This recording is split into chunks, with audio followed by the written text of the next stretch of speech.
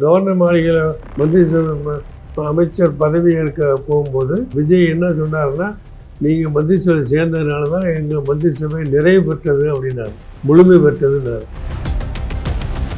என்னென்ன திட்டங்கள் நீங்கள் சொல்லியிருக்கீங்க, இந்தந்த திட்டங்கள்லாம் இன்னும் தொடரணும் அப்படின்ற திராவிட மாடல் ஆட்சியில் என்னென்ன நல்ல நலத்திட்டங்கள் தமிழ்நாட்டுக்கு சிறப்பாக செஞ்சுருக்காங்களோ, மக்கள் ஏற்றுக்கொண்டு பாராட்டிருக்கிறாங்களோ, அதை தொடர்ந்து நீங்களும் பின்பற்ற வேண்டும் என்று சொன்னால் அதை அப்படியே ஏற்றுட்டாங்க. பாஜகவை எதிர்க்கிறதுங்கிறது எங்கள் கொள்கை இல்லை. பாஜகவுடைய சில திட்டங்களை நம்ம எதிர்ப்போம். பாஜக எப்படி எதிர்க்க முடியும்? கட்சியில் அது குடியுரிமை சட்டத்தில் கொண்டு வந்தாங்க, அதில் கோளாறு இருக்காங்க. இது மாதிரி சட்டங்களில் கோளாறு இருக்கத்தான் செய்யுது. அதை திருத்தன்னு சொல்லுவோம். அப்படி திருத்துவதற்கு ஒன்று மக்கள் மன்றத்தில் போவோம், முடியலைன்னு சொன்னால் கோர்ட்டுக்கு போவோம், முடியலைன்னா ரோட்டுக்கு போவோம். பிஜேபி ஒரு கட்சி, இப்போ இந்தியா ஆளக்கூடிய கட்சி. எங்களுக்கு பாதகமான கொள்கை எதுங்கிறது இப்போ வடநாடுகளில் பள்ளிவாச சில தர்காக்களை இடிக்கிறாங்க, எந்த காரணமும் இல்லாமல் புல்டோசரை வச்சு இடிக்கிறாங்க. இது அவங்க செய்கிற தப்பு.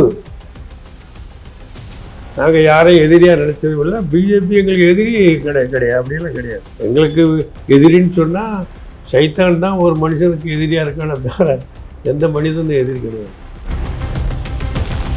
அதாவது நம்ம நினச்சிட்டு இருக்கோம் முஸ்லீம் community, Hindu community, Christian community எல்லாம் நினச்சிட்டு இருக்கோம். இல்லை, இந்தியாவில் 4596 கம்யூனிட்டிஸ் இருக்குது, சமுதாயங்கள் இருக்குது. இல்லை, பாஜக ஆட்சி அமைச்சா என்ன மாதிரி பிரச்சனைகள் இஸ்லாமியர்களுக்கு வரும் அப்படின்னு நினைக்கிறீங்க? இல்லை, பாஜக எங்களுடைய கொள்கை என்னன்னு சொன்னால், பாஜகவுக்கு நாங்கள் ஆதரவு கொடுக்க முடியாது. இப்போ ஆட்சி இந்தியாவில் ஆள்றது பாஜக தான். ஆனால் நாங்கள் பாஜகவுக்கு ஆதரவு கொடுக்க மாட்டோம். பாஜகவோட யார் கூட்டணி வச்சாலும் எங்கள் ஆதரவு கிடையாது. முஸ்லீம் லீக் கொடியை சொல்லி வடநாட்டில் எந்த ஊருக்கு போனால் கூட முஸ்லீம் கொடியை பார்த்தவொடனே தூக்கி எறியும். இன்னைக்கு வரைக்கும் இருக்கு. முஸ்லீம் லீக்னு சொல்லிட்டு உள்ள நுழைய முடியாது இன்னைக்கு வரைக்கும். காரணம் என்னன்னு சொன்னால், இது இந்தியாவை பிரித்த கட்சி, பாகிஸ்தான் பிரித்த கட்சி இன்னைக்கு வரைக்கும் இருக்கு. ஸ்கூலுக்குள்ள நாங்கள் போகும்போது தொப்பி போட்டுக்கிட்டு போனால், மொட்டத்தில் அடிச்சுக்கிட்டு தொப்பி போட்டு போனால், இந்து சமுதாய மக்கள் வெளியில் போனால் பாகிஸ்தான் பிரிச்சது தான் போராண்டா அப்படி தொப்பியை கட்டிக்கிட்டு தூக்க மேலே கொட்டுவான். தெரியுமா உங்களுக்கு? நான் கொட்டு வாங்கியிருக்கேன். எந்த சமையலும் ருசி தேடும் ரகசியம் 20 ரூபாய். திருவண்ணாமலை மாவட்டத்தின் முதல் பல்கலைக்கழகம் ACS கல்வி குழுமங்களில் ஒன்றான டாக்டர் MGR பல்கலைக்கழகம் Arani. Courses offered: Faculty of Engineering and Technology, Arts and Commerce, Management Studies, Faculty of Physiotherapy, Pharmacy, Allied Health Science, Faculty of Humanities and Sciences, Viscom and Animation, Design Studies, Faculty of HMCT and Department of Criminology, doctor MGR university Arani. இந்த ஆண்டிற்கான மாணவர் சேர்க்கை நடைபெறுகிறது. நீங்களே சொல்லியிருக்கீங்க ஐயா, முதல் முறையாக தமிழ்நாட்டில் அமைச்சரவையில் பங்கேற்றிருக்கோம் அப்படின்னு. இந்த தருணம் உங்களுக்கு எப்படி இருக்கு? அமைச்சராக பங்கேற்றதன் பிறகு இந்திய யூனியன் முஸ்லீம் கட்சியின் சார்பாக அமைச்சர்கள் எந்த மாதிரி பங்காற்ற இருக்காங்க? இல்லைம்மா, இப்போ திராவிட முன்னேற்ற கழக கூட்டணியில் தொடர்ந்து இருந்து வந்திருக்கோம். அங்கே சமுதாய சம்பந்தமான வச்ச கோரிக்கைகள்லாம் அவங்க நிறைவேற்றி கொடுத்துக்கிறாங்க. அதில் எந்த குறையும் வைக்கல. எல்லா கட்சி ஏடிஎம்கே இருந்த காலத்திலும் சரி, எம்ஜிஆர் காலத்திலும் சரி, செல்வி ஜெயலலிதாவுடைய காலமாக இருந்தாலும் சரி, காமராஜர் காலமாக இருந்தாலும் சரி, அண்ணா காலமாக இருந்தாலும் சரி, எல்லா காலத்துலேயும் முஸ்லீம் சமுதாய கோரிக்கை முஸ்லீம் லீக் வைக்கும். நிறைய சொல்லுவோம், செய்வாங்க. அது ஒன்றும் இல்லை. திராவிட முன்னேற்ற கழக ஆட்சியிலையும் நாங்கள் வச்ச கோரிக்கையெல்லாம் நிறைவே சிறப்பாக செஞ்சுருக்காங்க. அது அவங்க மேலே எங்களுக்கு எந்த குறையும் கிடையாது. அவங்க செஞ்சதெல்லாம் நாங்கள் கேட்டது அத்தனையுமே அதையும் செஞ்சாங்க. இல்லை, அதில் ஒன்றும் குறை கிடையாது. இப்போது எங்களை நாங்கள் மந்திரி சபையெல்லாம் கேட்கல, மந்திரி சபையில் இடம் வேணும்னு நான் கேட்கல. இது அவங்களாம் பெருந்தன்மையோடு எங்களை கூப்பிட்டு சொல்கிறாங்க. போட்டு கவர்னர் மாளிகையில் மந்திரி சபை அமைச்சர் பதவி ஏற்க போகும்போது விஜய் என்ன சொன்னார்னா, நீங்கள் மந்திரி சபை சேர்ந்ததுனால தான் எங்கள் மந்திரி சபை நிறைவு பெற்றது அப்படின்னாரு, முழுமை பெற்றதுன்னாரு. ஏங்க இத்தனை பெரிய வார்த்தை சொல்கிறீங்க? இல்லைங்க, நீங்கள் சேர்ந்து தானே எங்களுக்கு பெருமை அப்படின்னாரு. பக்கத்தில் கவர்னர் ஆல் இன்க்ளூசிவ் இந்தியாங்கிறது ஆல் இன்க்ளூசிவ் தானே, அப்போ இப்போ IUML சேர்ந்து தானே ஆல் இன்க்ளூசிவ் ஆகும் அப்படின்னு அவர் எங்களுக்கு கமெண்ட் பண்ணார். இது ஏன் சொல்ல வரேன்னா, நம்ம எதிர்பார்க்காத ஒரு விஷயம். எதிர்பார்க்காத எங்களுக்கு மந்திரி சபைன்னு வந்தபோது எல்லாரும் இப்போ ப்ரெஷர் பண்ணாங்க. எல்லாருடைய ஒப்புதலோடு தான் நாங்களும் போய் சேர்ந்தோம். இதில் சேர்ந்து இப்போ சிறுபான்மை துறை அமைச்சராக அவரை இது பண்ணியிருக்கிறாங்க. இதுக்கு முன்னாடி சமுதாயத்துக்கு எல்லா ஆட்சி காலத்துலேயும் எங்கள் சமுதாய கோரிக்கையை நாங்கள் எடுத்து வச்சுருக்கோம். எல்லாம் நிறைவேற்றி கொடுத்துருக்காங்க. யார் மேலேயும் நாங்கள் குறை சொல்கிறதில்ல. இப்போ ஜெயலலிதா ஒரு சில சட்டம் கொண்டு வந்தாங்க. அதை எதிர்த்து நின்று உடனே அதை வாபஸ் வாங்கிட்டாங்க. அது மாதிரி எந்த குறையும் எந்த ஆட்சியிலும் நடந்ததில்லை. தமிழ்நாடுங்கிறது ஒரு பன்முகத்தன்மை உள்ள ஒரு பண்பாடு மிக்க பூமி. இதில் எல்லாம் அண்ணன் தம்பிகளாக அக்கா தங்கச்சியாக வாழ்கிறோம். முஸ்லீம்கள் இந்துக்கள்ங்கிற வேறுபாடெல்லாம் இங்கே நாங்கள் பார்க்குறதும் இல்லை, யாரும் பார்க்க மாட்டாங்க. அந்த நிலையில் நாங்கள் தொடர்ந்து இருக்கோம். மந்திரி சபைங்கிறது எங்களுக்கு இது புதுசு. இப்போ எங்கள் மந்திரி இருக்காரு, இல்லை இருக்கும்போது மந்திரி சபை என்னென்ன முடிவெடுக்கிறாங்களோ அது மாதிரி அவர் நடப்பார். அவ்வளோதான். இது சமுதாயத்துக்காக வேண்டி தனிப்பட்ட ஒன்று நடக்க முடியும். சமுதாய கோரிக்கையை முஸ்லீம் லீக் நிச்சயமாக வைக்கும். அதை இந்த விஜய் கவர்மெண்ட்டும் சிறப்பாக செய்வாங்க என்று நம்பிக்கை இருக்குது. ஏன்னா நாங்கள் ஆரம்ப காலத்தில் இல்லை சில கோரிக்கைகள் முன்னாடி உள்ள கவர்மெண்ட்டுக்கு என்னென்ன கோரிக்கையை வச்சோமோ அதே இப்போவும் தொடர வேண்டும் என்று முன்னாடி இருந்த கவர்மெண்ட் செஞ்ச நல்ல திட்டங்கள் எல்லாம் நீங்கள் தொடர்ந்து பின்பற்றி செய்யணும்னு கேட்டோம். அதை அவங்க சிறப்பாக அப்படி நாங்கள் செய்வோம்னு எங்களுக்கு உறுதிமொழி கொடுத்தாங்க. என்னென்ன திட்டங்கள் நீங்கள் சொல்லியிருக்கீங்க, இந்தந்த திட்டங்கள்லாம் இன்னும் தொடரணும் அப்படின்ற? இல்லை, என்னென்னு குறிப்பிட்டு நாங்கள் சொல்லலை. நல்ல பெண்களுக்கு இது கொடுத்தது, இது இப்போ மாணவ மாணவிகளுக்கு இது கொடுத்த விஷயம், இது இப்போ குழந்தைகளுக்கு கொடுத்தது, இதெல்லாம் அவங்க ஏற்றுக்கிட்டு அதெல்லாம் அப்படியே நம்ம செய்வோம்னு சொன்னாங்க. நாங்கள் குறிப்பிட்டு தமிழ் திராவிட முன்னேற்ற கழகம் மாடலில் திராவிட மாடல் ஆட்சியில் என்னென்ன நல்ல நலத்திட்டங்கள் தமிழ்நாட்டுக்கு வந்து சிறப்பாக செஞ்சுருக்காங்களோ, மக்கள் ஏற்றுக்கொண்டு பாராட்டுகிறாங்களோ, அதை தொடர்ந்து நீங்களும் பின்பற்ற வேண்டும் என்று சொன்னால் அதை அப்படியே ஏற்றுக்கிட்டு அதே செய்கிறாங்க. இதில் ஒன்றும் எந்த மாற்றம் கிடையாது. எங்கள் சமுதாய கோரிக்கைகள் நிறைய பல இருக்குது, தொடர்ந்து இருக்குது. அதை நாங்கள் காலம் வரும்போது சொல்லுவோம், நிறைவேற்றி கொடுப்பாங்க நம்பிக்கையில் நாங்கள் செஞ்சுக்கிட்டு இருக்கோம். கண்டிப்பாங்க ஐயா. அமைச்சராக ஷாஜகான் அவர்கள் பதவியேற்ற பிறகு நீங்கள் செய்தியாளர் சந்திப்பில் கலந்துட்டு இருந்தீங்க. அப்போ ஒரு விஷயம் சொன்னீங்க, ஒரு அமைச்சரவை கொடுத்துருக்காங்க, இன்னும் வரும் காலங்களில் 2 கொடுத்தா நல்லது அப்படிங்கிற மாதிரி சொல்லியிருந்தீங்க. அதுக்கு ஒரு விருப்பம் தானே. ஏன்னா 2 பேர் இருக்கிறாங்க, 2 பேர்த்தில் ஒருத்தரை கொடுத்தாச்சு, இன்னொருத்தருக்கு கொடுக்கலைங்கிற குறை வந்துடக்கூடாதுல்ல. அது மாதிரி அவருக்குள்ள மரியாதை கொடுக்கணும், ஏதாவது ஒரு வகையில் கொடுக்கணும்ல. அதனால தான் அவரை வந்து இந்திய முஸ்லீம் லீக்குடைய சட்டமன்ற தலைவராக நாங்கள் ஆக்கியிருக்கோம். தலைவர் போஸ்ட்டுங்கிறது அப்போ அவருக்குன்னு தனி ரூம் கொடுப்பாங்க, எல்லாம் பண்ணுவாங்க. அந்த மாதிரி இருக்கும். அவருடைய கௌரவத்தை எல்லா வகையிலையும் சிறப்பாக செய்து நாங்கள் செய்வோம். நிச்சயமாக நிறைய விஷயங்கள் சொல்லியிருக்கீங்க. பாஜக எதிர்ப்பு புள்ளியில் திமுகவை விட தாவேகா சிறந்து பணியாற்றும் அப்படின்னு நினைக்கிறீங்களா? இன்னும் வரும் காலங்களில் அவங்களோட சேர்ந்து பயணிக்கணுன்ற எண்ணம் இருக்கா? இல்லை சார், இல்லைம்மா, பாஜகவை எதிர்க்கிறதுங்கிறது எங்கள் கொள்கை இல்லை. ஏன்னா பாஜகவுடைய சில திட்டங்களை நம்ம எதிர்ப்போம். பாஜக எப்படி எதிர்க்க முடியும்? கட்சியில் அது எந்த கட்சியும் எதிர்க்க முடியாது. நாங்கள் அதான் முஸ்லீம்கள் சொல்லிக் கொடுத்த பாடம் என்னன்னு சொன்னால், ஒரு முஸ்லீம் யாரை எதிர்ப்பான் அப்படின்னா சைத்தானை தான் எதிர்க்கணும். சைத்தானுங்கிறது ஒவ்வொரு மனுஷன்ட்டு இருக்கிறான், அவன் தான் எதிரியை தவிர யாரும் எதிரி கிடையாது முஸ்லீம்களுக்கு. முஸ்லீம்களுக்கு எதிரி என்னன்னா உள்ளத்தில் ஊடி இருக்கிற சைத்தானுங்கிறவன் தான், அதுதான் எதிரி. ஒவ்வொரு மனுஷனுடைய எதிரி சைத்தான் தானே தவிர அரசியலில் அந்த எதிரி அப்படிலாம் இல்லை. சில கொள்கைகள் ஏற்றுக்கொள்ள முடியாமல் இருக்கும், அப்படி ஏற்றுக்கொள்ளக்கூடிய வகையில் இருந்தால் நிச்சயமாக பாராட்டுவோம். அந்த மாதிரி இப்போது திராவிட முன்னேற்ற கழகம் பிஜேபி அது பாயிண்ட் இல்லை. பிஜேபி கொண்டு வந்த மாநில உரிமைகளை மறுக்கிறது அது ஏற்றுக்கொள்ள முடியாத ஒன்று. தமிழை ஆட்சி மொழி ஆக்குறதுக்கு தடை பண்ணி வந்தீங்கன்னா அதுக்கு ஏற்றுக்கொள்ள முடியாத ஒன்று. அப்படி இந்த கொள்கை ரீதியான எதிர்ப்பை தவிர வக்ஃபுக்கு திருத்த சட்டம் கூட அது திருத்தங்கள் பல பண்ணியிருக்கிறாங்க. குடியுரிமை சட்டத்தில் கொண்டு வந்தாங்க, அதில் கோளாறு இருக்காங்க. இது மாதிரி சட்டங்களில் கோளாறு இருக்கத்தான் செய்யுது. அதை திருத்தன்னு சொல்லுவோம். அப்படி திருத்துவதற்கு ஒன்று மக்கள் மன்றத்தில் போவோம், முடியலைன்னு சொன்னால் கோர்ட்டுக்கு போவோம், முடியலைன்னா ரோட்டுக்கு போவோம். இதுதான் எங்கள் பாலிசி. அந்த அடிப்படையில் பார்த்தா நாங்கள் எங்களுக்கு யாரும் எதிரியாக நாங்கள் யாரும் நினைக்கிறது கிடையாது. பிஜேபி எங்கள் எதிரி இல்லை, நீங்கள் யாரும் சொல்கிறது மாதிரி எங்களுக்கு எதிரிலே கிடையாது. பிஜேபி ஒரு கட்சி, இப்போ இந்தியா ஆளக்கூடிய கட்சி. அதோடைய கொள்கைகள் எந்த கொள்கை சரியாக இருக்குது, எந்த கொள்கை தவறாக இருக்குது, எங்களுக்கு பாதகமான கொள்கை எதுங்கிறது தான். இப்போ வடநாடுகளில் வந்து பள்ளிவாச சில தர்காக்களை இடிக்கிறாங்க, எந்த காரணமும் இல்லாமல் புல்டோசரை வச்சு இடிக்கிறாங்க. இது அவங்க செய்கிற தப்பு அப்படின்னு நாங்கள் சொல்கிறோம்.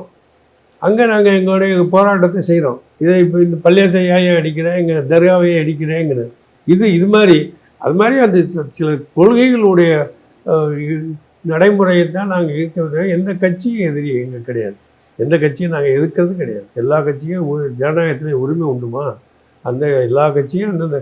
ஆனால் அவங்க சொல்கிற ஜனநாயகத்தில் இந்திய அரசியல் சட்டத்தில் என்னென்ன கொடுக்கப்பட்டிருக்கோ அதை பின்பற்றி யாரும் நடக்கிறதுக்கு உரிமை உண்டு. அதுக்கு மாற்றமாக நடக்கும்போது இது ஏங்க சட்டத்துக்கு மாறாக நடக்கிறேன்னு நான் கேட்குறோம். அதுதான் தவிர எதிரின்னு எங்களுக்கு யாரும் கிடையாது.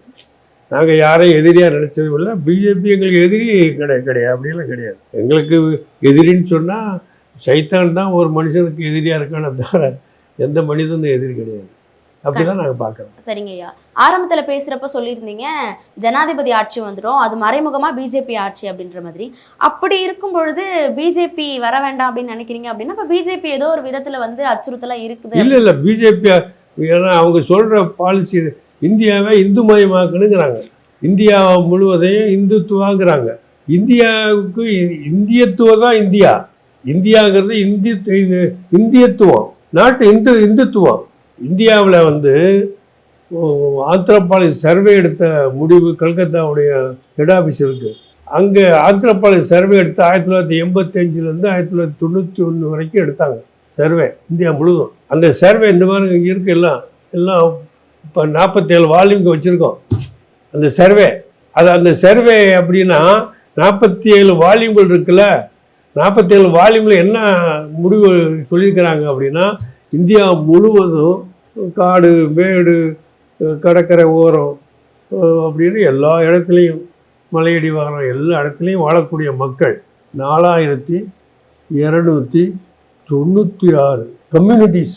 அதாவது நம்ம நினச்சிட்டு இருக்கோம் முஸ்லீம் கம்யூனிட்டி, இந்து கம்யூனிட்டி, கிறிஸ்தவ கம்யூனிட்டி தான் நினச்சிட்டு இருக்கோம். இல்லை, இந்தியாவில் 4296 கம்யூனிட்டிஸ் இருக்குது, சமுதாயங்கள் இருக்குது. இந்த 4296 சமுதாயங்கள் இருந்தும் உள்ள மக்கள் தான் இந்தியாவில் இருக்கிறாங்க. 142 கோடி மக்கள் இருக்கிறாங்கன்னு சொன்னால் இந்த மக்கள் வந்து 4296 சமுதாயங்களில் இருந்து வந்த மக்கள் தான் இந்தியாவில் இருக்கிறாங்க. இப்போ முஸ்லீம்கள்னு நினச்சிக்கிட்டிங்கன்னா 25 கோடி பேர் முஸ்லீம்கள் இருக்கிறாங்க இந்தியாவில். தமிழ்நாட்டில் ஒரு 5 கோடி பேர் இருக்கிறான்னு வச்சுக்கோங்க. முஸ்லீம்களை இந்தியாவில் உள்ள முஸ்லீம்கள் 4296 கம்யூனிட்டிலேருந்து வந்திருக்காங்க, ஒரு கம்யூனிட்டி கிடையாது. அரபு நாட்டுக்கு போனீங்கன்னா அரபுகள் தான் முஸ்லீமாக இருப்பான், ஈரானுக்கு போனீங்கன்னா அந்த பார்சி தான் முஸ்லீமாக இருப்பான், மலேசியா போனால் மலாய் தான் முஸ்லீமாக இருப்பான், இந்தோனேஷியா போனால் இந்தோனேஷியா கல்ச்சரில் உள்ளவன் தான் முஸ்லீமாக இருப்பான். ஆனால் இந்தியாவில் மட்டும்தான் 25 கோடி முஸ்லீம்கள் இருக்கிறான்னு சொன்னால் 25 கோடி முஸ்லீம்களும் ஒரு கம்யூனிட்டி, ஒரு கலாச்சாரம், ஒரு மொழி கிடையாது. 4296 கம்யூனிட்டி சேர்ந்தே முஸ்லீமாக இருக்கான். தமிழ் பேச இருப்பான், உருது பேச இருப்பான், தெலுங்கு பேச இருப்பான், மலையாளம் பேச இருப்பான், துளு பேச இருக்கிறான், மலையடி வாரத்தில் உள்ளவங்க காட்டில் காட்டுவாசியில் இருந்து இருக்கிறான், எல்லாம் இருக்கான் முஸ்லீம்கள். அதனால தான் 25 கோடி முஸ்லீம் சமுதாயம் இந்தியாவில் இருக்குது அப்படின்னு சொன்னால் 4296 சமுதாயங்கள் இருந்து வந்தவங்க தான் அந்த முஸ்லீம்களாக இருக்கலாம். அதனால தான் நம்ம என்ன சொல்கிறோம், இந்த முஸ்லீம்கள் வந்து ஒரு ஜாதி ஒரு மதத்துலேருந்து வந்தவன் இல்லை, எல்லா இடங்கள்லேருந்து வந்திருக்கவன் தான் முஸ்லீம்களாக இருக்கான். அதனால் இந்த முஸ்லீம்கள் இப்படி உள்ள நாடு உலகத்தில் எந்த நாடும் கிடையாது. உலகத்தில் உள்ள 193 நாடுகளில் 57 நாடுகள் முஸ்லீம் நாடுகள்னு கணக்கு இருக்குது. மீதி உள்ள 136 நாடுகளில் முஸ்லீம்கள் சிறுபான்மையாக இருக்கிறான்னு கணக்கு இருக்குது. ஆனால் உலகத்தில் உள்ள 193 நாடுகளிலே இந்தியா மாதிரி உலகத்தில் எதுவும் கிடையாது, இந்த நாடு மாதிரி உலகத்தில் எதுவும் கிடையாது. அதனால தான் உலகத்தில் மிகச்சிறந்த நாடு என்னன்னா நம்ம நாடு. பாருக்குள்ளே நல்ல நாடு, பாரத மணித்திரு நாடுன்னு பாரதியார் பாண்டது இருக்க, அதான் உண்மை. ஆக இந்த நாடுங்கிறது எல்லா மக்களும் அண்ணன் தம்பி, ஒன்றே குலம், ஒருவனே தேவன், யாதும் ஊர் யாவரும் கேளீர் என்கிற தத்துவத்தின் அடிப்படையில் செல்லக்கூடிய நாடு. அந்த அடிப்படையில் தான் நம்ம வாழ்கிறோம். இந்த நல்லெண்ணம் உலகத்துக்கு வழிகாட்டக்கூடிய, உலகத்துக்கு விஸ்வ குருன்னு இந்த நாட்டுக்கு சொல்லுவாங்க, உலகத்துக்கு வழிகாட்டக்கூடிய நாடு நம்ம நாடு. அந்த பெருமையை பாதுகாக்கக்கூடிய மக்களாக இந்தியாவில் உள்ள முஸ்லீம்கள் இருக்கணும் அப்படிங்கிறதுக்காக நாங்கள் பாடுபட்டுருக்கிறோம். அதுக்கு தான் நாங்கள் கட்சியை வச்சுருக்கோம். அது இது சூழ்நிலை எந்த ஆட்சி வரும், ஆட்சியில் இன்றைக்கி இருப்பாங்க நாளைக்கு போவாங்க, அதல்ல. இல்லை, பாஜக ஆட்சி அமைச்சா என்ன மாதிரி பிரச்சனைகள் இஸ்லாமியர்களுக்கு வரும் அப்படின்னு நினைக்கிறீங்க? இல்லை, பாஜக எங்களுடைய கொள்கை என்னன்னு சொன்னால், பாஜகவுக்கு நாங்கள் ஆதரவு கொடுக்க முடியாது. இப்போ ஆட்சி இந்தியாவில் ஆள்றது பாஜக தான். ஆனால் நாங்கள் பாஜகவுக்கு ஆதரவு கொடுக்க மாட்டோம். பாஜகவோட யார் கூட்டணி வச்சாலும் எங்கள் ஆதரவு கிடையாது அப்படின்னு 1989 பாம்பேயில் எடுத்த டிக்ளரேஷன். இதுக்கு பேர் பாம்பே டிக்ளரேஷன் பேர். பாம்பே டிக்ளரேஷன் 1989 நடந்த 3 நாள் மாநாட்டில் இந்தியாவில் உள்ள முஸ்லீம் கம்யூனிட்டி பிஜேபிக்கு ஆதரவு கொடுக்கக்கூடாது, பிஜேபிக்கு ஆதரவு கொடுக்கறவங்களுக்கும் கொடுக்கக்கூடாது. ஏன் அப்படின்னு சொன்னால், பாபரி மசீது பிரச்சனையை அப்போ கிளப்புனாங்க அன்னைக்கு. அது பிரச்சனையாக பெருசாகிடுச்சு. அப்புறம் கோர்ட்டு தீர்ப்பு, அதுக்கு ஹிஸ்ட்ரியே வேறு. ஏன்னா அன்னையில இருந்து பிஜேபி, இப்போ பிஜேபியில் யாரும் ஒரு எம்எல்ஏ ஒரு எம்பி முஸ்லீம்கள் கிடையாது. உங்கள் ஓட்டு எங்களுக்கு வேணான்னு சொல்லிடுவாங்க. வடநாட்டு போட்டிங்கன்னா முஸ்லீம்களாக எங்கள் ஓட்டு உங்களுக்கு வேணான்னு சொல்லுவாங்க. எந்த மாநிலத்திலையும் ஒரு முஸ்லீம் எம்பியும் கிடையாது, ஒரு எம்எல்ஏயும் கிடையாது. ஒரு லோக்கல் பாடி எலெக்ஷனில் கூட நிறுத்த மாட்டாங்க முஸ்லீம்களை. அதுதான் அதாவது காரணம் ஒன்று, இந்தியா இந்து நாடு. இதில் மற்றவங்க கிறிஸ்டியன்ஸு முஸ்லீம்கள் இருந்தாங்கன்னா செகண்ட் ரேட் சிட்டிசனாக தான் இருக்க முடியுமே தவிர முழு சிட்டிசனாக குடியுரிமை பெற்றவங்க இருக்க முடியாது என்கிற அவங்க கொள்கையும், அந்த சரியா தப்பாங்கிறது வேற, தொடர்ந்து சொல்லிக்கிட்டு இருக்கிறாங்க. அப்படி சொல்லிக்கிட்டு இருக்கிற காரணத்தினால அவங்களோட நமக்கு ஒட்டு வேணாம், உறவு வேணாங்கிறது தான் 1989 எடுத்த முடிவு இன்னைக்கு வரைக்கும் இருக்குது. அதனால தான் பிஜேபி ஆட்சி வந்தால் இந்த கொள்கையெல்லாம் அவங்க திணிப்பாங்க. இப்போ தமிழ்நாட்டுக்கு தமிழை திணித்து இந்தியை திணிப்பாங்க, சமஸ்கிருதத்தை திணிப்பாங்க, அப்படிங்கிற பல்வேறு கொள்கைகள் இருக்குது. அந்த அடிப்படையில் தான் நாங்கள் தமிழ்நாட்டுக்கு பிஜேபி ஆட்சி வந்துட்டால் சமுதாயத்துக்கு மக்கள் மத்தியில் எல்லா மக்களுக்கும் அது நன்மையாக இருக்காதுங்கிற அடிப்படையில் தான் நாங்கள் அந்த ஆட்சி வரக்கூடாது என்ற அடிப்படையில் தான் நாங்கள் ஜனாதிபதி ஆட்சி, கவர்னர் ஆட்சி வரக்கூடாது. இது சமுதாயத்தில் வேரூண்டி போச்சு. இப்படி ஒரு நிலைமை வந்துட்டால், எங்கள் அதிகாலத்தில் பாகிஸ்தான் பிரித்தது, பாகிஸ்தான் பிரிவினையை இந்தியாவில் இன்றைக்கி கூட வடநாட்டுக்கு போனால் ஏற்றுக்க மாட்டான். முஸ்லீம் லீக் கொடியை சொல்லி வடநாட்டில் எந்த ஊருக்கு போனால் கூட முஸ்லீம் கொடியை பார்த்தவொடனே தூக்கி எறிவான். இன்றைக்கி வரைக்கும் இருக்குது. முஸ்லீம் லீக்னு சொல்லிக்கிட்டு உள்ளே நுழைய முடியாது இன்றைக்கி வரைக்கும். காரணம் என்னன்னு சொன்னால், இது இந்தியாவை பிரித்த கட்சி, பாகிஸ்தான் பிரித்த கட்சி இன்றைக்கி வரைக்கும் இருக்குது. அதனால் பாகிஸ்தானை பிரித்ததுங்கிறது தமிழ்நாட்டிலேயும் ரொம்ப வேகமாக இருந்த காலம்லாம் உண்டு. பாகிஸ்தான் அந்த காலத்தில் சின்ன பிள்ளையாக இருக்கும்போது ஸ்கூலுக்குள்ள நாங்கள் போகும்போது தொப்பி போட்டுக்கிட்டு போனால், மொட்டத்தில் அடிச்சுக்கிட்டு தொப்பி போட்டு போனால், இந்து சமுதாய மக்கள் வெளியில் போனால் பாகிஸ்தானை பிரிச்சிருந்தா போராண்டா அப்படி தொப்பியை கட்டிக்கிட்டு தூக்கப்பேல கொட்டுவான். தெரியுமா உங்களுக்கு? நான் கொட்டு வாங்கியிருக்கேன். இது இன்னைக்கு சொன்னால் அதிசயமாக இருக்கும். ஏன் கொட்டுறான்னு நமக்கு தெரியாது. ஏன்ப்பா 10 பேர் சேர்ந்து நம்மளை கொட்டுறான் அப்படின்னு நம்ம சின்ன பிள்ளையில நீங்களும் அந்த மாதிரி. ஆமாம் சார், ஆமாம்மா. ஸ்கூலுக்கு போன என்னைய நடந்து ஸ்கூலுக்கு போவோம், தொப்பியை காட்டிக்கிட்டு தூக்கப்பேன்னு கொட்டுவாங்க. ஏன் கொட்டுறான் 5 பேர் இனிய 10 பேர் சேர்ந்து கொட்டுறான்னு பிறகுதான் நமக்கு தெரிஞ்சு பாகிஸ்தானை பிரித்து நம்ம மேலே பணி போடுறான். அது மாதிரிமா இப்போ ஜனாதிபதி ஆட்சி, பிஜேபி ஆட்சி தமிழகத்தில் வர்றதுக்கு நம்ம காரணமாக இருப்போம்னு வந்துச்சுன்னா, எங்கள் சமுதாயம் ஒட்டு மொத்தமாக பழிச்சு எங்கள் சமுதாயத்தில் வந்திருக்கோம். லேசான பலியாக இருக்காது. அது பிஜேபி ஆட்சியை தமிழகத்தில் கொண்டு வந்தவன் முஸ்லீம் லீக்காரன் 2 பேர் ஆதரவு கொடுக்காதனால இது பெரிய பழி வந்துங்கிற பயம் எங்களுக்கு வேரூண்டி இருந்தது என்பதுதான் ஒன்று சத்தியம். அது அடிப்படையில் தான் நாங்கள் இந்த முடிவு எடுத்தோம். இதுதான் உண்மை, இதுதான் சத்தியம். கண்டிப்பா சார். இடையில பேசுறப்ப பாஜக எதிரி இல்ல அப்படின்னு சொன்னதுனால இந்த துணைக்கு இல்லை, இப்போ எங்களுக்கு யாரும் எதிரி கிடையாது, எந்த கட்சி எங்களுக்கு எதிரி கிடையாது. Okay sir. இப்போ தோழமை கட்சிகளோட கூட்டம் நடத்திருக்காங்க தாவேக்கா அரசு. அதுல என்னென்ன மாதிரியான விஷயங்கள் வலியுறுத்த போறாங்க, என்ன நடக்க இருக்கு தெரியலம்மா. ஈவினிங் தான் கூப்பிட்டுருக்காங்க, அதில் சொல்லுவாங்க, அவங்களுடைய கருத்துக்களை சொல்லுவாங்க. நீங்க என்ன மாதிரி விஷயங்கள் அங்க வலியுறுத்தலான்னு இருக்கீங்க? இல்லை, ஒரு யோசனை பண்ணல. அவங்க என்ன சொல்கிறாங்கன்னு கேட்க தானே போகிறோம். எல்லாத்தையும் தோழமை கட்சி தான் கூப்பிட்டுருக்காங்க, 4 மணிக்கு வர சொல்லியிருக்கிறாங்க. ஐடியா கொடுப்பாங்க. இப்போ தோழமை கட்சின்னு அதில் தாவேக்காவில் இணைஞ்சிருக்கிற கட்சிகள்லாம் கூப்பிட்ருக்காங்க. கம்யூனிஸ்ட் கட்சி 2 பேரும் வரலன்னு சொல்லியிருக்கிறாங்க. மற்ற கட்சியெல்லாம் வர்றாங்க. காங்கிரஸ் வருது, முஸ்லீம் லீக் போகுது, விசிகே போகுது, நாங்கள்லாம் போகிறோம். அப்போது எங்கே போன போது அவங்க கருத்தை என்ன, இது வரைக்கும் தோழமை கட்சி அப்படின்னு அந்த கூட்டணி கட்சிக்குன்னு ஒரு பேர் வைக்கல, இது வரைக்கும் பேர் இல்லைல்ல. இப்போ முதல்ல உள்ள திராவிட முன்னேற்ற கழக கூட்டணிக்கு வந்து மதச்சார்பற்ற முற்போக்கு கூட்டணி பேர் வச்சாங்க. அந்த மாதிரி பேர் இப்போ வைக்கல.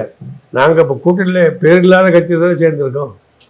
அந்த பேர் அவங்க வைக்கலாம், யோசனை பண்ணிக்கலாம், எல்லாருடைய கருத்தை கேட்கலாம். அந்த கருத்தை கேட்டால் எங்கள் கருத்து என்னன்னு நாங்கள் எந்த யோசனையும் பண்ணலை. அவங்க என்ன சொல்கிறான்னு கேட்க தானே பண்ணணும். இடதுசாரிகள் ஆனால் இந்த கூட்டத்தை புறக்கணிச்சிருக்காங்களே சார். இல்லை, இடதுசாரிகள் வந்து நாங்கள் உங்களுக்கு கூட்டணியில் சேர்ற ஆட்சிக்கு தான் ஆதரவு கொடுத்தோம்னு சொல்கிறாங்க. ஆட்சிக்கு ஆதரவு கொடுத்தோம்னா அதில் எந்த மாற்றம் கிடையாது. ஆட்சிக்கு ஆதரவு கொடுத்ததுனால சிஎம் மாண்பு முதலமைச்சரை பார்த்து எங்கள் கோரிக்கைகளை நாங்கள் வைப்போம், அதுக்கு நேரடியாக பேசுவோம்னு சொல்லியிருக்கிறாங்க. ஆனால் கூட்டணியில் நாங்கள் இல்லைன்னு சொல்லியிருக்கிறாங்க. கூட்டணியில் இல்லை, நாங்கள் ஆட்சிக்கு தான் ஆதரவு கொடுத்தோமே தவிர கூட்டணி இல்லை. நாங்கள் எங்கள் பொதுக்குழுவில் கூட்டணிக்கு சேர்ந்து முடிவு பண்ணோம். ஆதரவு மட்டும் நாங்கள் கொடுக்கல, மந்திரி சபையில் நாங்கள் சேர்ந்துட்டோம். மந்திரி சபை சேர்ந்த பிறகு இந்த கூட்டணியில் இல்லைன்னு சொல்கிறது எப்படி நியாயமாகும்? அதனால் கூட்டணியில் இருக்கிறோம் அப்படின்னு எங்கள் பொதுக்குழுவில் முடிவு பண்ணிட்டோம். அந்த கூட்டணி தொடர்வது இப்போ கூப்பிட்ருக்காங்க. ஐடியா என்னென்ன சொல்ல போகிறாங்கன்னு கேட்டுக்கிட்டு முடிவு பண்ணோம். இப்போ நீங்கள் நிறைய சமுதாயங்கள் குறித்து சொன்னீங்க. இஸ்லாமியர்கள், தமிழ்நாட்டு இஸ்லாமியர்கள் வந்து ஒரு சமுதாயத்திலேருந்து வரல, கிட்டத்தட்ட 4000க்கும் மேற்பட்ட சமுதாயத்திலேருந்து. தமிழ்நாட்டில் மட்டும் இல்லை, இந்தியா முழுவதும் சொல்கிறேன். 4796 கம்யூனிட்டி சேர்ந்தவங்க இஸ்லாமாக இருக்காங்க. இது பிராமின்ஸ் இஸ்லாமாக இருக்காங்க, தேவர்கள் இஸ்லாமாக இருக்காங்க, தாழ்த்தப்பட்ட சமுதாயத்தை சேர்ந்தவங்க இருக்காங்க. அது எல்லாமே ஆய்வு செய்யப்பட்டு உறுதியாகி. ஆமாம், அதான் ரிசர்ச். அப்ப அப்படி இருக்கிற இந்த சமயத்துல தற்போது ஒரு தீர்ப்பு ஒன்று வந்திருந்தது. அதாவது இஸ்லாமியர்கள் மதம் மாறி இருந்தாங்கன்னா பிற்படுத்தப்பட்ட இஸ்லாமியர்களும் அவங்களுக்கு ரிசர்வேஷன் கொடுக்குறோம், அது இனிமே கொடுக்கப்பட மாட்டாதுன்ற மாதிரி ஒரு தீர்ப்பு வந்திருந்தது. இல்லைம்மா, அது சட்ட திருத்தம் வந்தால் தான் செய்ய முடியும். தீர்ப்பு கரெக்டாக சொல்லியிருக்கிறாங்க. தீர்ப்பு சொன்னதை தப்பு சொல்றது தப்பு. கான்ஸ்டியூஷன் என்ன சொல்லியிருக்கு அப்படின்னா, ஒரு ஹிந்துன்னா யார், ஒரு ஹிந்துங்கிற போர்வையில் ஒரு இன்ஸ்டியூஷன், ஒரு ஜாதியோ அல்லது ஒரு இன்ஸ்டியூஷனோ அப்படி இருந்துச்சுன்னா, அது பௌத்தனாக இருந்தாலும் அது இந்து தான், ஜெயினனாக இருந்தாலும் இந்து தான், சீக்கியனாக இருந்தாலும் இந்து தான். இப்போது இந்துன்னு சொல்கிற அமைப்பில் இருந்து ஒரு பௌத்தனாயிரு, ஒரு சீக்கியனாய் அல்லது ஜெயினனாய் இருந்தாங்கன்னா இந்து மதத்தில் உள்ள அனைத்தும் அதுக்கும் பொருந்தும். கான்ஸ்டியூஷன் அதுதான். கிறிஸ்டியன்னு முஸ்லீம்ங்கிறது இந்து இல்லை, கான்ஸ்டியூஷனில் படி இல்லை. இந்து மதத்தில் சீக்கியர்களுக்கு எஸ்சின்னு இப்போ சொல்கிறீங்கல்ல, எஸ்சி இந்துக்கள் சீக்கியர் இருக்கிறாங்க, சீக்கியர்கள் ஆயிருப்பாங்க, இந்துக்கள் சீக்கியர் ஆயிருப்பாங்க. சீக்கியர் ஆன பிறகு எஸ்சி கம்யூனிட்டியிலிருந்தும் ஆயிருப்பாங்க. அந்த எஸ்சி கம்யூனிட்டிக்கு இடஒதுக்கீடு உண்டு. காரணம் சட்டம், கான்ஸ்டியூஷன் அப்படி இருக்குது. நீ இந்துவாக இருந்து சீக்கியன் ஆனாலும் எஸ்சியாகிறது நிலைக்கும், ஜெயினனாக இருந்தாலும் நிற்கும், புத்தராக இருந்தாலும் நிலைக்கும், அங்கேயும் எஸ்சியாக இருப்பார். ஆனால் ஒரு முஸ்லீமோ கிறிஸ்தவனை ஆன பிறகு அது இந்த மதத்தில் அப்படி இல்லையே. இஸ்லாம் மதத்துலேயோ கிறிஸ்தவ மதத்துலேயோ எஸ்சிங்கிறது கிடையாது. இப்போ கிறிஸ்தவ மதத்தில் இப்போ முஸ்லீம்களை வந்து 7 பிரிவினருக்கு இடஒதுக்கீடு 3% கொடுத்தாங்க இல்லையா? அந்த 3% 7 கம்யூனிட்டி கொடுக்குறாங்க. முஸ்லீம்களில் நிறைய கம்யூனிட்டிஸ் பேர் இருக்கும். இந்தியா எடுத்துக்கிட்டே 146 கம்யூனிட்டிஸ் பேர் இருக்குது இந்தியா முழுவதும். ஒவ்வொரு ஸ்டேட்லேயும் ஒரு மாதிரி இருக்கும். இப்போ தமிழ்நாட்டை எடுத்துக்கிட்டிங்கன்னா, இப்போ லெப்பேன்னு சொல்லுவாங்க, ராவத்தன்னு சொல்லுவான், மரைக்கான்னு சொல்லுவான், தூதுகுலான்னு சொல்லுவான், இது இது மாதிரி ஷேக்கு சொல்லுவான், அன்சாரி சொல்லி இந்த மாதிரி நிறைய இருக்குது, தமிழ்நாட்டிலையும் இருக்குது. இதில் பிற்படுத்தப்பட்டோர்னா கல்வியிலும் வேலை வாய்ப்பிலும் பிற்படுத்தப்பட்டோர் அப்படின்னு சேர்ந்தது 7 கம்யூனிட்டிஸ். முஸ்லீம்களில் 7 கம்யூனிட்டிஸை தேர்ந்தெடுத்து தான் இவங்கெல்லாம் பிற்படுத்தப்பட்டவங்கெல்லாம் சரியான வேலைவாய்ப்பு இல்லை, படிப்பு இல்லை அப்படின்னு சொல்லி தக்கினி, லெப்ப, ராவுத்தர், மரக்காயர், தூதுகுலா, அதே மாதிரி ஷேக் அப்படின்னு இன்னொரு இது இருக்குது. அந்த 7 பேர் மட்டும்தான், நிறைய பிரிவுகள் இருக்குது. இந்த 7 பேரை மட்டும் எடுத்து தான் 3% இடஒதுக்கீடு கொடுத்தாங்க. இப்போது 3% இடஒதுக்கீடு முஸ்லீம்களுக்கு கொடுக்கல, அதான் தப்பு. முஸ்லீம்களுக்கு கொடுக்கல, இந்து சமுதாயத்தில் உள்ள தாழ்த்தப்பட்ட மக்களுக்கு எப்படி இடஒதுக்கீடு கொடுத்தாங்களோ பொருளாதாரத்திலையும் இது கல்வியிலையும் வேலை வாய்ப்பிலையும் பின்தங்கி இருக்கக்கூடியவங்களுக்கு வேலைவாய்ப்பு இந்துக்கள்லையும் கொடுக்குறாங்க. அதே மாதிரி முஸ்லீம்களில் உள்ள வேலைவாய்ப்பு இல்லாமல் இருக்கிறவங்க, படிப்பில் இல்லாமல் இருக்கிறவங்கள தேர்ந்தெடுத்து 7 கம்யூனிட்டிக்கு மட்டும் எடுத்து, நிறைய கம்யூனிட்டி இருக்குது, ஆனால் 7 பேரை மட்டும் தேர்ந்தெடுத்து அந்த 7 பேர்த்துக்கு மட்டுமே 3% ஒதுக்கியிருக்கிறாங்க. இப்போது இந்த 3% ஒதுக்கின அந்த 7 கம்யூனிட்டிக்கு தான் 3% தவிர இதிலேருந்து வெளியே வரக்கூடிய யாருக்கும் கிடையாது. தெரியுதா உங்களுக்கு? நீங்கள் நீங்கள் வந்து இந்து மதத்துலேருந்து இஸ்லாமுக்கு வர்றீங்க, நீங்கள் வந்து அந்த 7 பிரிவுகளும் பிறப்பால் உள்ளது. இப்போ இந்து மதத்தில் உள்ள ஜாதியெல்லாம் பிறப்பில் வர்றது, உருவாக்குறது இல்லையே, பிறப்பால் வர்றதுமா. இப்போ இந்து மதத்தில் தேவர்னுங்கிறது பிறந்தானே வரணும், உருவாக்க முடியாத. அதே மாதிரி தாழ்த்தப்பட்டவன்னு ஒரு இருக்காருன்னா அது பிறப்பில் வர்றது. அதே மாதிரி முஸ்லீம்கள்லையும் லெப்பேன்னு சொல்லிக்கிறான் தன்னை. அவன் எப்படி வர்றான்? பரம்பரையாக தன்னை லெப்பேங்கிறான் இல்லையா? அதான் மறைக்காருங்கிறான் தன்னையை. இதெல்லாம் பிறப்பு அடிப்படையில் வர்றது. அப்படி பிறப்பின் அடிப்படையில் வந்தவங்களுக்கு தான் அந்த 3% இட ஒதுக்கீடு. அதனால தான் புதுசாக இஸ்லாத்துக்கு வந்து ஒருத்தர் இந்து மதத்திலிருந்தோ கிறிஸ்தவ மதத்திலிருந்தோ வந்து சேர்ந்தா, அப்படி சேரக்கூடியவனுக்கு இந்த 7 கம்யூனிட்டி அவனுக்கு ஒப்புக்கொள்ள முடியாது. முஸ்லீம்னு அழைக்கலாமே தவிர இப்போ லப்பையா அவனுக்கு அல்லது தூதுகுலாவா அல்லது மாப்பிள்ளாவான்னு சொல்ல முடியாது. ஏன்னா இதெல்லாம் பிறப்பில் சொல்லப்படக்கூடிய அந்த அடிப்படையில் தான் ஓட்டு தீர்ப்பு சொல்லியிருக்காங்க. ஆனால் இதுக்கு முன்னாடி ஒரு தீர்ப்பு வந்திருந்தது. அந்த தீர்ப்பு வந்து மதம் மாறியவர்களுக்கும் கூட இடஒதுக்கீடு இருக்குன்னு சொல்லி அப்படி முயற்சி பண்ணாங்க. அது அப்படி சட்டம்லாம் இல்லையே. நீங்கள் அரசாங்கத்தில் சில இது போட்டிருப்பாங்க, கொடுக்கலான்னு சிபாரிசு பண்ணியிருப்பாங்க. இது கோர்ட்டு தீர்ப்பில் நீங்கள் சொல்கிறீங்க. கோர்ட்டு தீர்ப்பு அது எப்படி தப்புன்னு சொல்ல முடியும்? நீங்கள் என்ன செய்யணும்? அதுக்கு வழி என்ன சொன்னால் கான்ஸ்டியூஷனை திருத்தணும். கான்ஸ்டியூஷனில்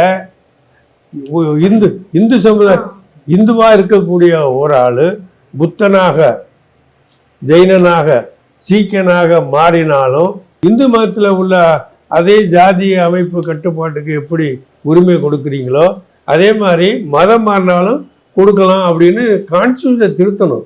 இப்போ நீங்கள் பேசுகிறவங்க அத்தனை பேரும் இங்கே பேசியெல்லாம் பிரயோஜனம் கிடையாது. கோர்ட்டில் போயெல்லாம் ஒன்றும் நடக்காது. இது கான்ஸ்டியூஷனில் பார்லிமெண்ட்டை திருத்திட்டு வரணும். ஆக இந்த திருத்தை சும்மா அரசாங்கத்தை குறை சொல்லலாம் பிரயோஜனம் கிடையாது. ஏன்னா கான்ஸ்டியூஷனில் திருத்த கொண்டு வந்தால் தான் இது முடியுமே தவிர, இது கோர்ட்டு தீர்ப்பு நியாயப்படி கொடுத்துருக்காங்க. கோர்ட்டு தீர்ப்பு சட்டப்படி வந்திருக்கு. அதுதான் நான் நம்பிட்டு போகணுமே தவிர தேவையில்லாத குழப்பங்கள் பண்ணி எந்த பிரயோஜனம் கிடையாது. நிறைவாக தேசிய அரசியலுக்கு இப்போது இருக்கக்கூடிய முதல்வர் அவர்கள் வரணும் அப்படின்னு நினைக்கிறீங்களா? அதற்காக உங்களுடைய சப்போர்ட் ஏதாவது இருக்குமா? நீங்க தேசிய தலைவர் ஒரு மாநிலத்துடைய முதல்வராக இருக்கக்கூடியவர் தேசிய கட்சியில் தானே, தேசிய தலைவராக தானே இருக்கிறாரு. ஏன்னா தேசத்தில் தானே இருக்கிறாரு. தமிழ்நாடுங்கிறது இந்த நாட்டில் இருக்கிற ஒரு மாநிலம். மாநிலத்துடைய முதல்வராக இருக்கக்கூடியவர் தேசிய அளவில் அரசியல் பண்ணாமல் எப்படி இருக்க முடியும்? நிச்சயமாக தானே வரும். இந்த தேசிய அளவுக்கு எப்படிப்பட்ட கொள்கை கோட்பாடு எங்கே போகுது, அதில் மிக தெளிவாக அவர் சொன்னதிலிருந்து நாங்கள் புரிஞ்சுக்கிட்டது, தமிழ்நாட்டுடைய உரிமைகளை பாதிக்கக்கூடிய அளவுக்கு எந்த முயற்சியும் நாங்கள் செய்ய மாட்டோம். லஞ்ச லாவணி இல்லாத ஒரு நல்ல ஆட்சியை கொடுப்போம் அப்படிங்கிறாரு. இது தமிழுக்கு முன்னுரிமை கொடுப்போங்கிறாரு. தமிழை ஒழிக்கக்கூடிய எந்த முயற்சியும் நாங்களும் உடன்பட மாட்டோம்னு சொல்கிறாங்க. அதனால் தமிழ் மொழி வளர்ச்சி, மாநில உரிமை பாதுகாப்பு, தமிழ்நாட்டுடைய பொருளாதாரத்துக்கு மத்திய அரசு கொடுக்க வேண்டிய உரிமை, அதற்கு தடை வந்தால் அதை தடுத்து நிறுத்தக்கூடிய வழி, தமிழ்நாட்டுக்கு வர வேண்டிய நீரோ மற்றதோ வராமல் தடுத்தா அதை தடுத்து நிறுத்தக்கூடிய உரிமை, இது அத்தனையும் ஏற்றுக்கொண்டதாக அவரை அறிவிச்சிருக்கிறாரு. அதுக்கு கூட்டணி கட்சி அத்தனையும் எல்லா வகையிலையும் ஒத்துழைப்பு நிச்சயமாக கொடுப்பாங்க. இப்போ தமிழ்நாடு முதல்வராக இருக்கக்கூடிய ஒருவர் தேசிய அளவில் இருக்கக்கூடிய தனியாக பேச வேண்டியதில்லை. அவர் தேசத்தில் தான் இருக்கிறார், தேச கொள்கையில் தான் அவர் இருக்கிறார். தேச சம்பந்தப்பட்ட எல்லா கொள்கையிலையும் நல்லது கெட்டது நிச்சயம் பார்ப்பார். நல்லது என்ற வரவேற்பார், கெட்டது என்றால் அதுக்கு கண்டிப்பார். அதற்கு நாங்கள் உடந்தையாக இருப்போம். இல்லை, மாநில அரசியல் செய்வதை காட்டிலும் தேசிய அளவில் ஒரு கட்சியாக மாறுறது, தேசிய அளவில் இல்லை. அது அவர் இப்போ தமிழ்நாட்டு தானே இப்போ ஆட்சி பிடிச்சிருக்கிறாரு. இது அந்த கட்சி முடிவு பண்ண வேண்டிய, இன்னைக்கு தமிழ்நாட்டை ஆட்சியை பிடிச்சிட்டோம், நாளைக்கு தமிழக வெற்றி கழகங்கிற பேரையே இந்திய வெற்றி கழகம்னு மாற்றி வைக்கலான்னு அவங்க தான் முடிவு பண்ணணும். அதை நம்ம சொல்ல முடியாத. தமிழ்நாடு என்பது இந்தியாவில் உள்ள ஒரு மாநிலம். இந்தியாவில் உள்ள மாநிலமான தமிழ்நாடு எல்லா வகையிலும் முன்மாதிரியாக இதுவரைக்கும் இருந்து வந்திருக்கிறது. மேலும் தமிழ்நாட்டை மேலும் மேலும் முன்மாதிரியான மாநிலமாக எல்லா துறைகளிலும் ஆக்கக்கூடிய அற்புதமான காரியத்தை அவர் செய்வார் என்ற நம்பிக்கை எங்களுக்கு இருக்கிறது. அதற்கான திட்டங்கள் அவர் சொல்லுகிற ஒவ்வொன்றும் எங்களுக்கு அதுமான திட்டங்களாகத்தான் எங்களுக்கு படுது. இது சிறப்பாக முடிஞ்சு போனால் தமிழக வெற்றி கழகம் இந்திய வெற்றி கழகமாக மாறக்கூடிய வாய்ப்பு தானாக வந்துடும் நம்புகிறேன். கண்டிப்பாங்க ஐயா. நிறைய கேள்விகளுக்கு நேரம் ஒதுக்கி நேர்காணல் கொடுத்ததுக்கு பதில் சொன்னதுக்கு நன்றிங்க ஐயா. ரொம்ப சந்தோஷம். ஆச்சி மசாலா. எந்த சமையலும் ருசி தேடும் ரகசியம். 20 ரூபாய். திருவண்ணாமலை மாவட்டத்தின் முதல் பல்கலைக்கழகம் ACS கல்வி குழுமங்களில் ஒன்றான டாக்டர் MGR பல்கலைக்கழகம் Arani. Courses offered: Faculty of Engineering and Technology, Arts and Commerce, Management Studies, Faculty of Physiotherapy, Pharmacy, Allied Health Science, Faculty of Humanities and Sciences, Viscom and Animation, Design Studies, Faculty of HMCT and Department of Criminology, doctor MGR university Arani. இந்த ஆண்டிற்கான மாணவர் சேர்க்கை நடைபெறுகிறது.